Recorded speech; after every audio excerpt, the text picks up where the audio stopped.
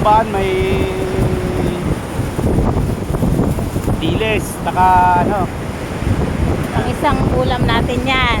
Ayan guys, isang buwan naming ulamin to. Makatipid, ano? Ayan.